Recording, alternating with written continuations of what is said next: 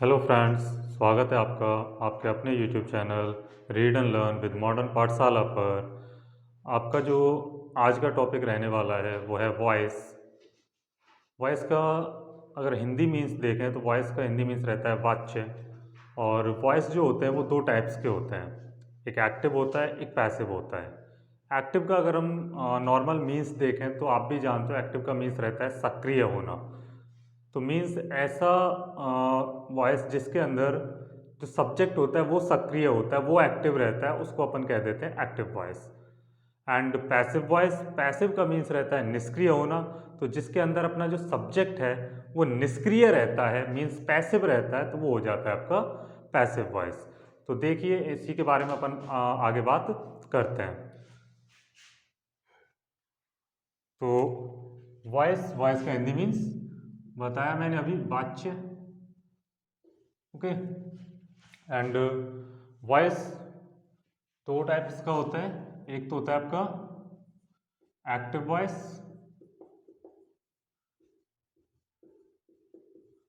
And the second is passive voice.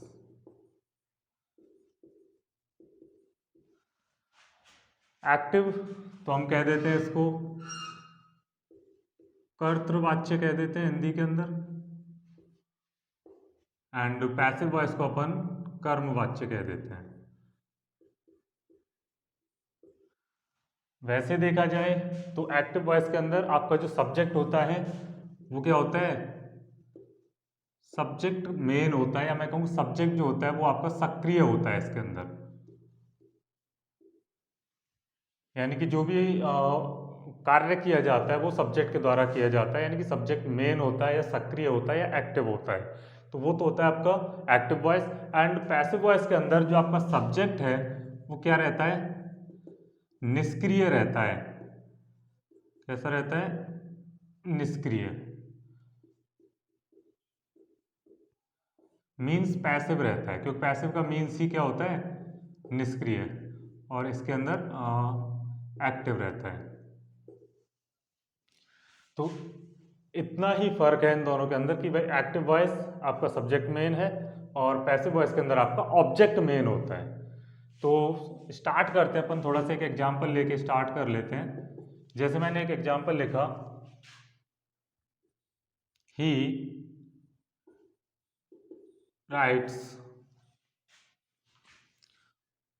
A letter.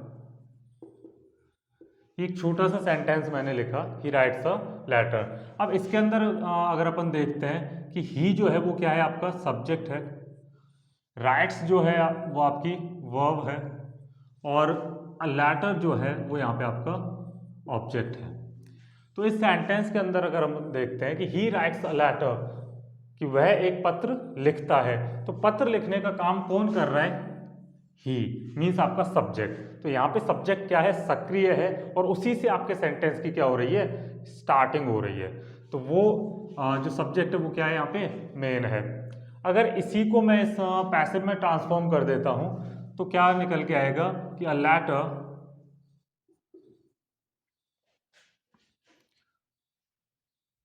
Is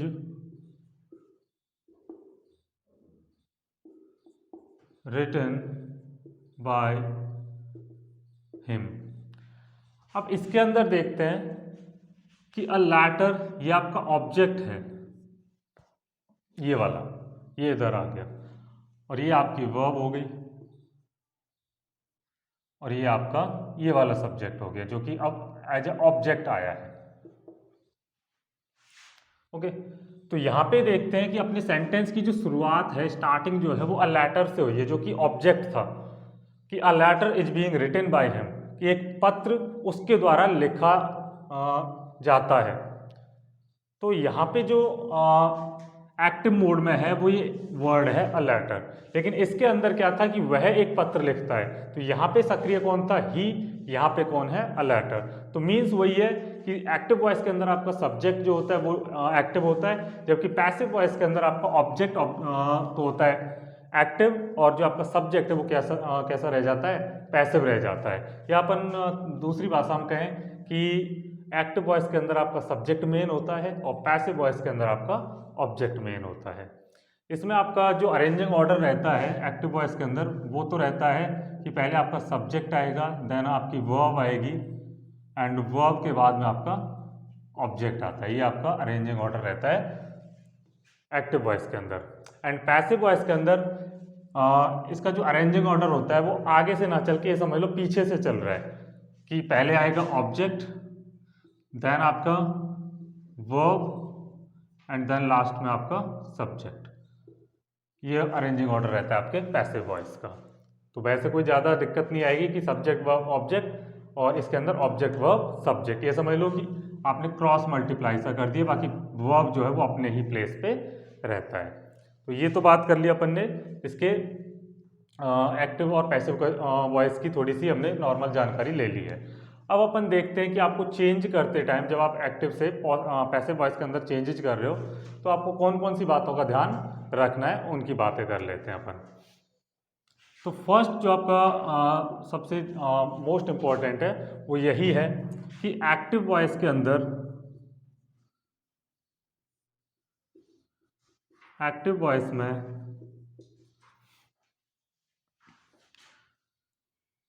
या ये लिखो, एक्टिव वॉइस के ऑब्जेक्ट को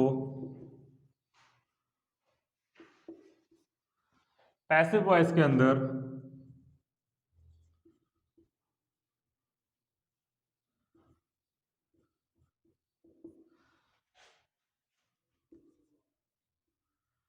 सब्जेक्ट के प्लेस पर रखते हैं।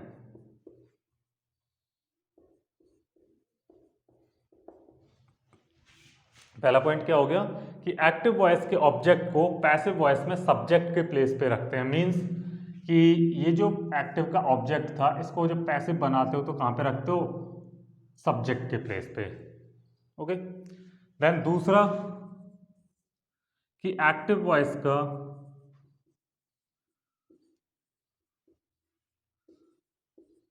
जो सब्जेक्ट होता है उसको पैसिव वॉइस के अंदर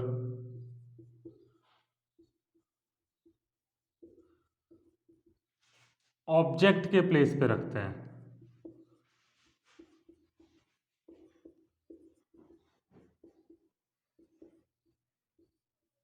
ऑब्जेक्ट के स्थान पर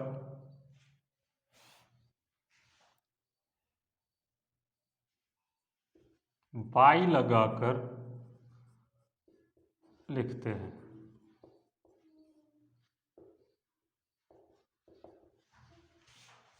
तो मीन्स वही है कि एक्टिव का जो सब्जेक्ट है वो पैसिव में ऑब्जेक्ट के प्लेस पे आता है और उसके साथ में क्या लगाना होता है, आपको बाई लगाना होता है, जैसा कि हमने इस सेंटेंस के अंदर लगाया। यहाँ पे आप देख सकते हो कि यहाँ पे जो ही था वो एक्टिव वॉइस में सब्जेक्ट का काम कर रहा था। इसको अपन अब जब पैसिव में लेके आए तो इसको ऑब्जेक्ट के प्लेस पे रखा और इसके साथ में हमने क्या लगाया, बाई लगाया। तो ऐसा ही आपको करना है। तो ये सेकंड पॉइंट हो गया।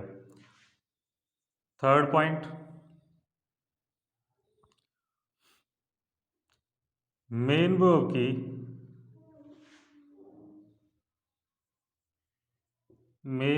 की थर्ड फॉर्म का यूज करते हैं।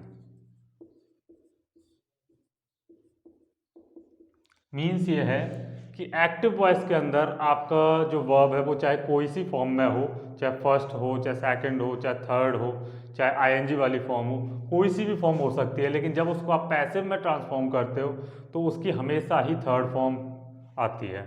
जैसा कि इसमें देखा है आपने कि यहाँ पे तो राइट्स था जो कि फर्स्ट फॉर्म के साथ एस लगा हुआ, ईएस लगा हुआ था, बट यहाँ पे देखें कि राइट की थर्ड फॉर्म ही हमने यूज की है, रिटन। तो पैसिव वॉइस के अंदर हमेशा ही मेन वर्ब की कौन सी फॉर्म आपको यूज करनी है, थर्ड फॉर्म यूज करनी है। उसके अलावा और क्या क्या चीज़ें आपको याद रखनी है,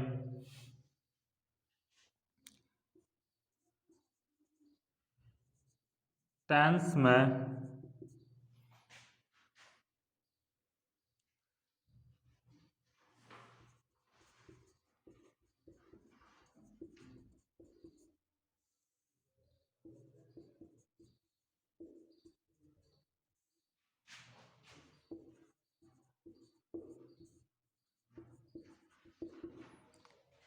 तो टेंस में भी आप according to the rule changes करोगे। जैसे कि यहाँ पे जो आपका टेंस था वो राइट से, यानी कि आपका प्रेजेंट इंडेफिनिट टेंस था इसके अंदर, जिसको अपन ने चेंज कर दिया इज रिटेन के अंदर। तो टेंस में भी चेंज किया जाता है, तो वो अपन देख लेंगे कि टेंस में क्या क्या चेंजेस करते हैं। उसके अलावा जो इसका प्रोनाउंस होता है, प्रोनाउंस संबंधी चेंजेस भी हमें करने होते हैं। प्रोनाउन संबंधी चेंजेस,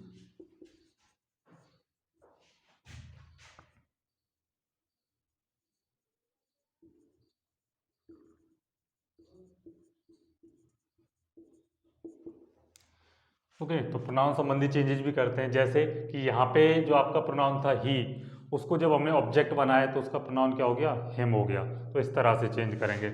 उसके अलावा और क्या क्या आपको बातें याद रखनी है।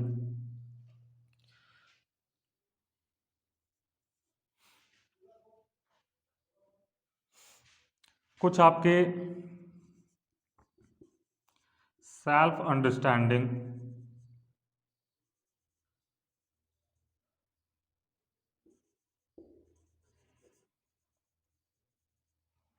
सेल्फ अंडरस्टैंडिंग सब्जेक्ट्स जो होते हैं उनको बाय के साथ या बाय लगाकर लिखने की ज़रूरत नहीं होती।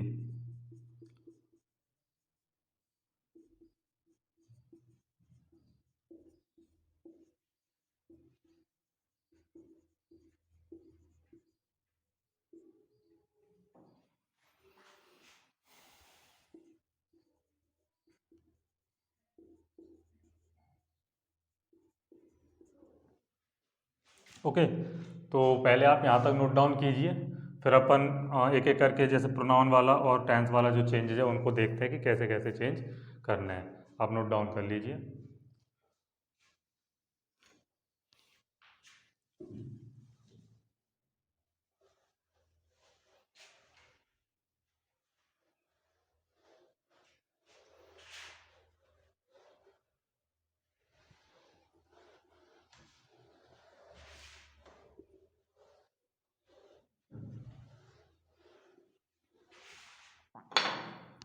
तो पहले तो अपन देख लेते हैं प्रोनाउन संबंधी चेंजेस।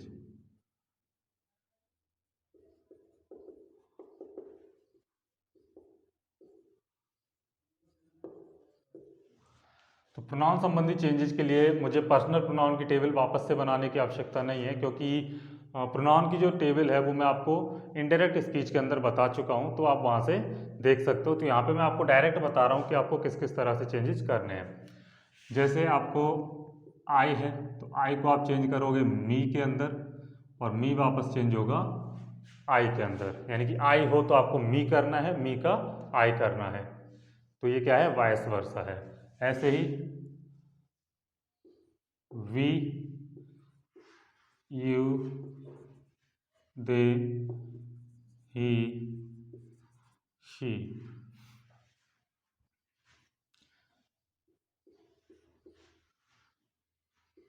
वी का अस में, अस का वी में, यू में ही रहेगा।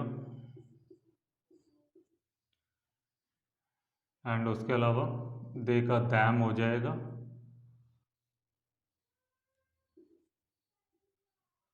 ओके। ही का हिम हो जाएगा। सी का हर हो जाएगा। इट का इट ही रहेगा वैसे तो। तो इस तरह से आपको प्रोनाउंस चेंज कर लेने हैं कि आई मी में, मी आई में, वी अस, अस का वी, यू का यू ही रहेगा, दे का दैम, दैम का वापस दे, ही का हिम का ही, एंड सी हर, और हर का वापस सी। इट के दोनों ही सेम रहते हैं। तो ये वाला जो पार्ट रहता है ये तो आपका सब्जेक्ट वाला पार्ट है, यानी कि इसको मैं कहूँ सब्जेक्टिव केस। और इधर वाला जो पार्ट है ये है आपका ऑब्जेक्ट वाला, यानी कि जिसको कहा जाता है ऑब्जेक्टिव केस। ओके। तो ये हो गया। सेकंड अगर मैं बात करूं कि टेंस संबंधी चेंजेस की, तो उसके लिए मेरे को वो एक टेबल बनानी पड़ेगी। तो आप इसको पहले नोट डाउन कर लीजिए, फिर मैं आपको टेबल बताता हूँ।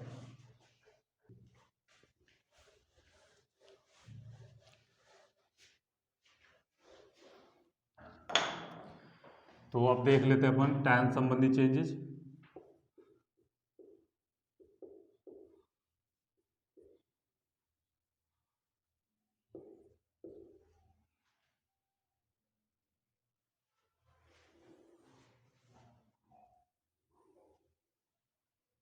इधर एक्टिव, इधर पैसिव वॉइस। ओके, तो अगर आपका जो प्रेजेंट इंडेफिनिट है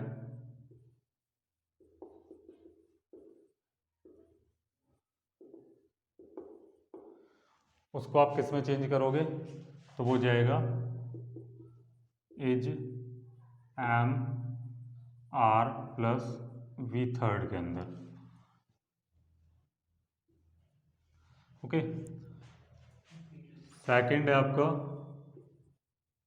प्रेजेंट कंटिन्यूअस, वो चेंज होगा आपका is, am, are plus being plus V third के अंदर।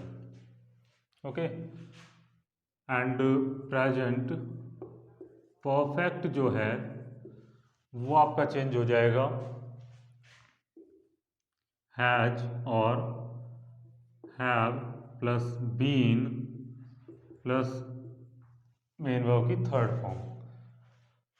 देन आपका पास्ट इंडेफिनिट जो है वो आपका चेंज हो जाएगा was, were plus V third के अंदर।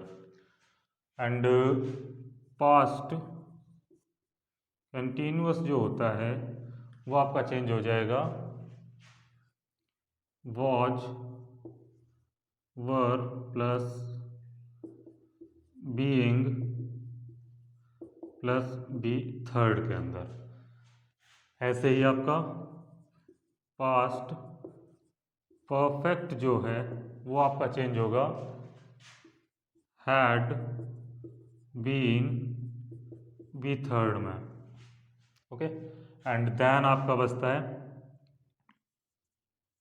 फ्यूचर इंडेफिनिट, या मैं कहूँ सीधा सीधा फ्यूचर इंडेफिनिट के बजाय मैं यहाँ पे लिख देता हूँ, सीधा लिख देता हूँ इनको क्योंकि ये अलग है थोड़ा सा। इसमें आपका ये समझ लो कि शैल और विल और इसके अलावा जो भी मॉडल्स होते हैं, जितने भी मॉडल वर्ब्स हैं, क्योंकि शैल विल भी खुद किस में काउंट हो जाते हैं, मॉडल्स में भी काउंट होते हैं और यही आपके फ्यूचर इंडेफिनिट में भी यूज होते हैं, तो इसलिए मैंने इनको अलग से लिख दिया है। तो शैल और विल और मॉडल्स जो हैं वो आपके चेंज होंगे शैल और विल या मॉडल्स जो भी होंगे प्लस बी और प्लस बी थर्ड के अंदर। मतलब यह है कि शैल का शैल भी, विल का विल भी, और मॉडल्स में से कोई भी हो, जैसे कैन हो तो कैन भी, कुड का कुड भी, मे का मे भी, इस टाइप से चेंजेज होते हैं। ठीक है, एंड थर्ड फॉर्म आनी ही है, वो सभी के साथ आएगी, वो मैं पहले ही बता चुका हूँ। उसके अलावा जो आपका बचता है फ्यूचर परफेक्ट बचा, तो फ्यूचर परफेक्ट जो होता है वो आपका चेंज हो जाता है शैल हैव, शैल और विल प्लस हैव बीन और बी थर्ड में। तो ये आपका हो गया फ्यूचर परफेक्ट। ओके, शैल या विल में से कोई एक, तो क्या बनेगा शैल हैव बीन या will have been and B third. तो ये हो गए आपके टेंस संबंधी चेंजेस।